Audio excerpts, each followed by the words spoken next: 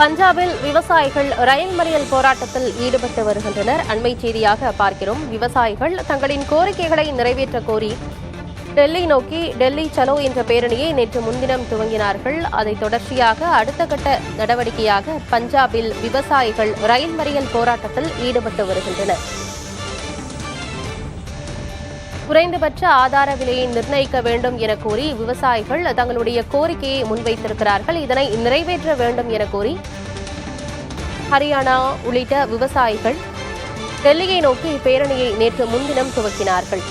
விவசாயிகளுடைய பேரணி அறிவிப்பை தொடர்ந்து டெல்லி மாநில எல்லைகளில் காவல்துறையினர் பாதுகாப்பை பலப்படுத்தி இருக்கிறார்கள். அங்கு பல்வேறு கட்டுப்பாடுகளும் டெல்லி மாநிலத்தில் விதிக்கப்பட்டிருக்கிறது. இந்நிலையில் விவசாயிகள் ரயில் மறியல் போராட்டத்தில் ஈடுபட்டு வருகின்றனர். பஞ்சாபில் மற்றும் தமிழகம் இந்த இரு மாநிலங்களில் விவசாயிகள் ரயில் மறியல் போராட்டத்தில் ஈடுபட்டு வருகின்றனர். குறிப்பாக தமிழகத்தை பொறுத்தவரைக்கும் திருச்சி மாவட்டத்தில் உள்ள ரயில் நிலையத்தில் விவசாயிகள் போராட்டத்தில் ஈடுபட்டு வருகின்றனர். தங்களுடைய கோரிக்கைகளை நிறைவேற்ற வேண்டும் என்று திட்டவட்டமாக அவர்கள் கூறி வருகின்றனர். தொடர்ச்சியாக பஞ்சாபிலும் விவசாயிகள் ரயில் மறியல் போராட்டத்தில் ஈடுபட்டு வருகின்றனர். அந்த காட்சிகளை பார்த்து வருகிறோம். குறைந்தபட்ச ஆதார விலையை நிர்ணயிக்க வேண்டும் என கோரி விவசாயிகள் தங்களுடைய கோரிக்கைகளை தொடர்ச்சியாக முன்வைத்து வருகின்றனர்.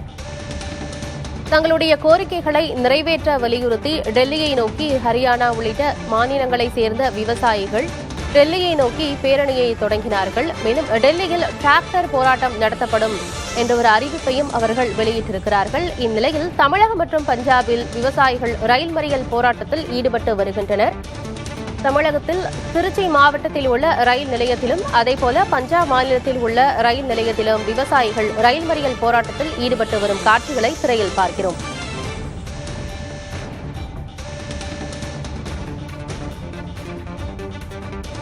விவரங்களோடு செய்தியாளர் பிருந்தா இணைந்திருக்கிறார். பிருந்தா, தமிழகத்தின் திருச்சி பகுதிகளில் இருக்கக்கூடிய ரயில் நிலையத்தில் விவசாயிகள் ரயில் மறியல் போராட்டத்தில் ஈடுபட்டு வராங்க. அந்த காட்சிகளையும் திரையில பார்க்க முடிகிறது. என்ன நிலவரம் அங்கு? ஆனந்தி, டெல்லியில் போராடும் விவசாயிகளுக்கு ஆதரவு தெரிவித்து திருச்சியில் தொடர்ந்து விவசாயிகள் போராட்டத்தில் ஈடுபட்டு வராங்க. குறிப்பாக தேசிய தென்னிந்திய நதிகள் இணைப்பு விவசாயிகள் சங்க மாநில தலைவர் ஐயாக்கண்ணு தலைமையிலான விவசாயிகள் இன்று 2ஆம் கட்ட போராட்டத்தில் ஈடுபட்டிருக்காங்க. ஏற்கனவே திருச்சி தலைமை தபால் நிலையத்தில் சாலை மறியல் போராட்டத்தில் ஈடுபட்டு அங்கு மிகப்பெரும் போக்குவரத்து நெரிசல் ஏற்பட்டது. இந்நிலையில தொடர்ந்து இப்ப காவிரி பாலம் பகுதியில் இருக்கக்கூடிய ரயில்வே இருப்பு பாதையில போராட்டத்தில் ஈடுபட்டிருக்காங்க. இது திருச்சி மாநகருக்குள் ரயில்கள் நுழையக்கூடிய முக்கியமான ஒரு தண்டவாளம். அந்த தண்டவாளத்துல அமர்ந்தும் முள்வேலிகளை போட்டும் இவர்கள் தங்களது கோரிக்கைகளை முழக்கங்களை எழுப்பியவாறு போராட்டத்தில் ஈடுபட்டிருக்காங்க. சம்பவ இடத்துல திருச்சி கோட்டை காவல்துறையினர் டிசி ஏசி வந்திருக்காங்க. அது மட்டும் இல்லாமல் இருப்பு பாதை காவல்துறையினரும் இங்க வந்திருக்காங்க. இருப்பு பாதை காவல்துறை எஸ்பி செந்தில்குமார் அவரும் சம்பவ இடத்திற்கு வந்திருக்காங்க. ஏன்னா இங்க அதிக அளவில் ரயில் வரும் எந்த ஒரு அசம்பாவிதமும் ஏற்பட்டுவிடக் கூடாது என்பதற்காக போராட்டத்தில் ஈடுபட்டுள்ள விவசாயிகளுடன் தொடர்ந்து காவல்துறையினர் பேச்சுவார்த்தை நடத்தி அவர்களை வெளியில அழைச்சு வந்துட்டு இருக்காங்க. தற்போது ஐயாக்கண்ணு தலைமையிலான 50க்கும் மேற்பட்ட விவசாயிகள் தண்டவாளத்தில் தங்களது கோரிக்கைகளை முழக்கமாக வைத்தபடியே பேரணியாக நடந்து வருகின்றனர். ஆனந்தி, பிருந்தா, இணைப்பிலே இருங்கள், பேசுவோம்.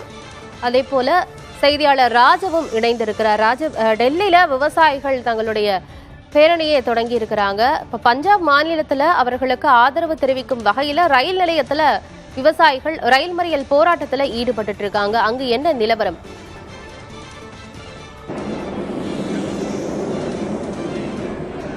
ஆனந்தி, நமக்கு தெரியும், இன்று மாலை 5 மணிக்கு மத்திய அரசுடன் விவசாய சங்கங்கள் இந்த பேச்சுவார்த்தை நடத்த இருக்கின்றது. ஏற்கனவே நடைபெற்ற 2 முறை நடைபெற்ற பேச்சுவார்த்தைகள் தோல்வியில் முடிந்த நிலையில் இன்று மீண்டும் அந்த பேச்சுவார்த்தைக்கு அழைப்பு விடுக்கப்பட்டு நடைபெற இருக்கின்றது. இந்த பேச்சுவார்த்தையில் உடன்பாடு எட்டப்பட்டால் மட்டுமே விவசாயிகளுடைய இந்த போராட்டம் திரும்ப பெறப்படும் என்பது அவர்கள் திட்டவட்டமாக ஏற்கனவே அறிவித்துவிட்டார்கள்.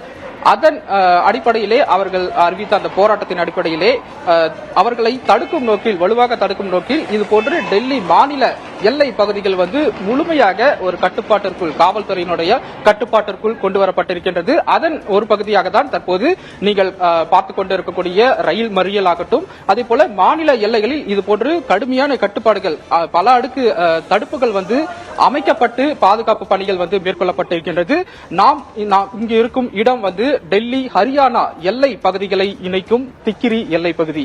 இந்த பேரிகேட்டுக்கு பின்னால் வந்து டெல்லி மாநிலம், இந்த பேரிகேட்டுக்கு நாம் இருக்கும் இடம் ஹரியானா மாநிலம். ஹரியானா மாநிலத்தின் சார்பாக மறுமுனையில் அவர்கள் தரப்பு காவல்துறை தரப்பாக இது போன்று பாதுகாப்பு ஏற்பாடுகள், பல அடுக்கு பாதுகாப்புகள் வந்து மேற்கொள்ளப்பட்டிருக்கின்றது. அதே போல டெல்லி மாநில அரசின் சார்பாக காவல்துறையினர் இது போன்ற கடுமையான தடுப்புகள் வந்து அமைத்து இந்த போராட்டத்தை வந்து தடுத்து நிறுத்துவதற்காக நடவடிக்கைகள் வந்து மேற்கொண்டிருக்கின்றார்கள்.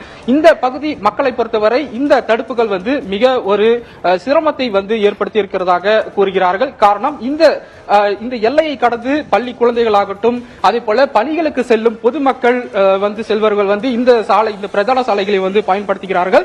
ஆனால் இந்த தடுப்புகள், கடுமையான கட்டுப்பாடுகள் விதிக்கப்பட்டிருப்பதன் காரணமாக மிகுந்த சிரமத்தை வந்து சந்திப்பதாக கூறுகிறார்கள். இந்த சாலை முழுமையாக வெகு தூரத்திற்கு, ஹரியானா சாலை வெகு தூரத்திற்கு இது போன்று ஆங்காங்கே இந்த தடுப்புகள் வந்து அமைக்கப்பட்டு இந்த ஏற்பாடுகள் வந்து செய்யப்பட்டிருக்கின்றது.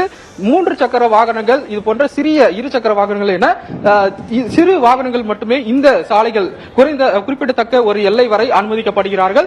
இந்த சாலைகள் மூலம் பள்ளி குழந்தைகள் வருவது, அதே போல பணிகளுக்கு செல்பவர்கள் வந்து இதனை பயன்படுத்தி வரக்கூடிய நிலையில முழு வீச்சில் கண்காணிப்பும் வந்து மிக தீவிரமாக மேற்கொள்ளப்பட்டிருக்கின்றது.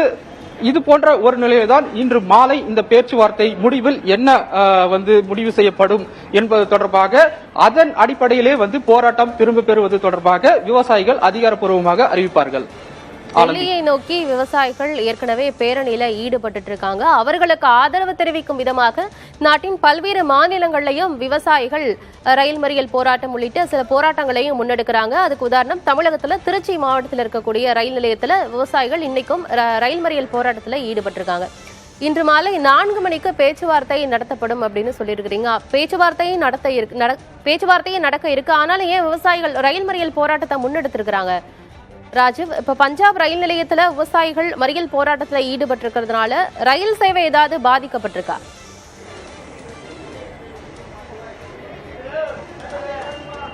கட்டாயமாக, அதாவது அவர்கள் கோரிய அந்த கோரிக்கைகளை வந்து மத்திய அரசு உடனடியாக அதன் மீது அந்த நடவடிக்கை வந்து எடுக்க வேண்டும் என்பது அவர்களுடைய ஒரு கட்டாயமாக இருக்கிறது.